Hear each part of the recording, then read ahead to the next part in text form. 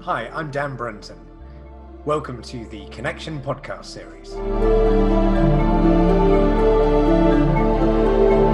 Today we're sitting with a gentleman who needs little introduction, Tony Smurfit, CEO of the Smurfit Kappa Group.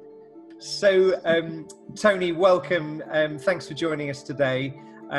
Let's start with a little update and just give me a quick overview as how Smurfit Kappa has handled the last 6-7 months during this COVID pandemic. Hi, Dan, and hello, everyone. I think that, I have to say that I'm extremely proud of how our employees have reacted to what has been an unprecedented period of time for the world and, of course, our industry within that. We've really upped our game. If you remember, Dan, the pandemic really had its epicenter in Italy, northern Italy, at the beginning here in Europe, and we have a lot of facilities. We're the largest producer of corrugated in Italy, and we have a lot of facilities in northern Italy. So we had to learn very, very quickly as to what to do in a scenario of a pandemic, and of course, I suppose I feel especially proud that as soon as we learned what to do, and we were indeed recognized by the government of Italy for the way that we had handled our employees' safety and the way that we had put in all the protective measures very early, and the distancing and the masks. When you could get masks, nowadays you can get masks easy, but if you remember back to March, it was very difficult to get them. And we were shipping masks actually from Latin America to Italy and Spain in the very early stages because that was the power of the network that we had. We were able to get these masks. So we were keeping our people safe, and we quickly translated all of our learnings across our European business and our Americas business. So as this pandemic rolled out, Dan, we were able to, as a company, be ahead of the curve. That's not to say we were perfect. Of course, nobody, when you're battling a silent, tiny enemy, that's not easy to be perfect. But I think, we did a survey of all of our employees, of which over 50% answered the survey, which in itself is remarkable. So 46,000 people in the company.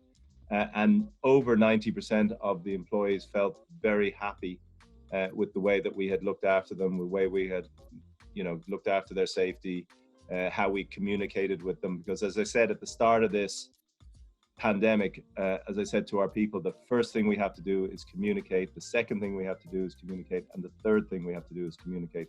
Because at the end of the day, when you're so disparate as we are, operating in as many countries as we do, people need to know what to do. They need to see the senior leadership of the company stand up and make it work. And it did. And so I'm really proud of how Smurfit Kappa has gone through the pandemic. Volumes for the first half, were in line, obviously a little bit up in the first quarter, a little bit down in the second quarter. But if you take it as a whole, way better than we would have anticipated. When we did our planning in March and April, we said this could be very bad. But in the end, it wasn't that bad from a corrugated perspective. And, you'll know from your experience, Dan, there are some industries that are really suffering, and equally there are some industries that are really booming. And being a supplier to 65,000 customers, you have some that are up and some that are down, and in the end it proved to be an even first half. And Tony, you were talking earlier about how as a group you were able to roll out reactionary plans, because effectively that's what it was for the whole industry. I mean, we can all put together scenarios where we lose a factory or a country goes into internal dispute or wartime, etc. But how could you ever have foreseen having a global pandemic that would affect your business, particularly when you look at, we're a people industry and we travel a lot. So how did you react to that scenario? Well, as I said, I mean, it was about communication. So everybody felt good. The first 2 weeks, 3 weeks, it was really uncertain. I mean, let's be honest, that everybody didn't know. I mean, when you saw all those massive amount of fatalities and people dying in northern Italy, and it was a horrendous scenario. And one had the fear that this would be across all all of Europe very quickly. To an extent it was, but the measures that were taken by the government seemed to at least flatten the curve as they wanted it to do. And now we're into a second wave. We'll have to talk about that in a second. But I think our mission was to communicate and then to roll out best practice and to make our employees feel secure coming to work. And we did that. And so that was something that, as I say, we're proud of. And we had this survey that, 90%, over 90%, well over 90% of people were very happy with how we treated them. And that is, and of course, if you've got happy employees, they make sure that they are there for the customers, because we have, as you'll know, the corrugated business is an essential part of the supply chain. I mean, if we don't produce boxes, food doesn't go to the supermarkets, and if food is in the supermarkets, then you have real social unrest. And so, as part of the essential supply chain, we and others in the business really upped our game. We did, we all learned very quickly, me being a bit of a technophobe, all of a sudden now I'm doing Microsoft Teams 3 or 4 times a day. I'm doing this, which probably 6 months ago I wouldn't have done. And I think, even with customers, we've been able to, interface and interact and transition business in and out with customers through use of new technology. And I think fundamentally, this pandemic, irrespective of whether it goes away or not, it has changed industry and has changed the world, because we've all learned to work differently. And you can obviously see that in publication papers. The lack of usage of publication papers, office papers, due to the pandemic, is very difficult to see how those industries will recover to the same levels that they were at before. And Tony, it's quite interesting, because I'd like to start to move the conversation a little bit towards, industry trends and what we as an industry will be facing. Because if you look at the way that people are now shopping, they're doing it very much online. All of the reports coming out are seeing, double-digit growth in terms of e-commerce. Do you feel that e-commerce is something that, we've been doing it for quite some time. Do you think it's now the time is right that e-commerce is really going to come into its own? I would say that it's already come into its own, Dan. I mean, growth in e-commerce was there. It was already happening very substantially. I think that, as you would know, for our industry, e-commerce is basically good news. There are some e-commerce that is done via cheap plastic packaging, but a lot of it is done by corrugated packaging or paper-based packaging. So I think it's very good news for us. The trend was already well apparent. I think this has accelerated the trend.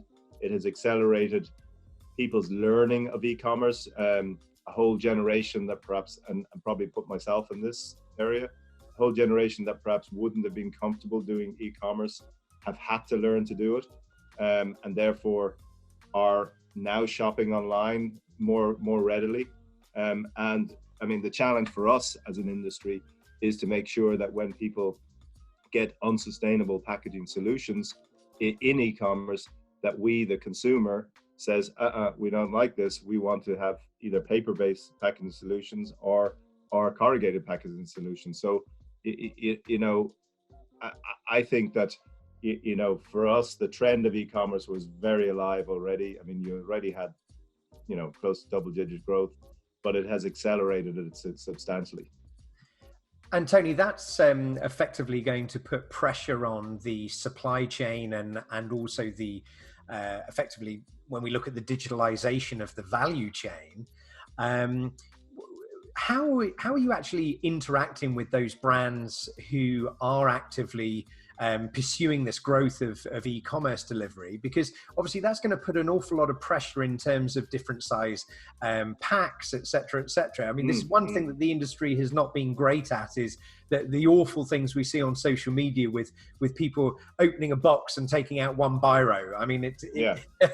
So what do you feel are going to be the trends over the coming 2 to 3 years as we really adapt and grow with e-commerce?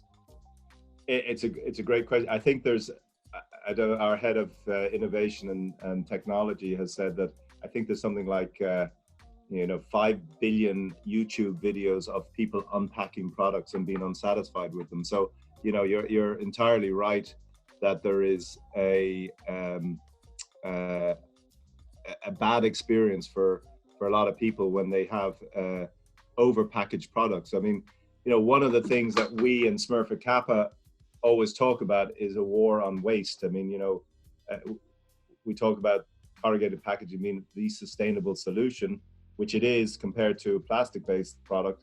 But at the same time, having an over-packaged product is very bad news for the consumer and for ultimately the supplier, because at the end of the day, we turn our customers off, the end customer off, if he sees that biro in a huge box.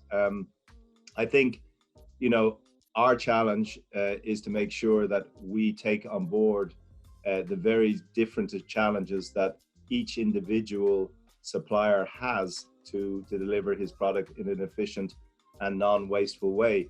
And, that is what, when I take our own company, that's what we do every day. I mean, we have now 28 experience centers across the world, which specifically tackle waste for our customers. I mean, we try and sell value to customers and to make sure that they win and we win. And, obviously you have all types of different customers across the world, but those that are willing and wanting to reduce waste need to come to a company such as ours that has the tools and the applications that's able to really show them how not to package a biro in a big box. And so when we look at this world of our customers who are, as you say, but Dan, you're entirely right, confronting this problem of different multi-streams to the market, they need to come to companies such as ours to help them. And that's our skill.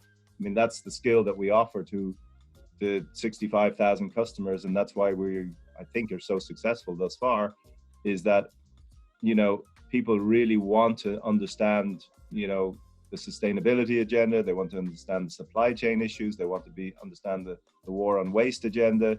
They want to understand our Better Planet Packaging initiative, what we're doing for the planet that's so much better than everyone else. And so I think, it's a myriad of different things, but the customer needs to figure out and have his packing line sorted out, and he needs to have a packaging supplier that's able to do that for him. And the skill of a company like ours, and I'm not saying we're the only one, but certainly we are a company that's able to do that, is to be able to sort that problem out for the customers, to sort out what the customers' issues are, and to deliver a right-sized product to him or her.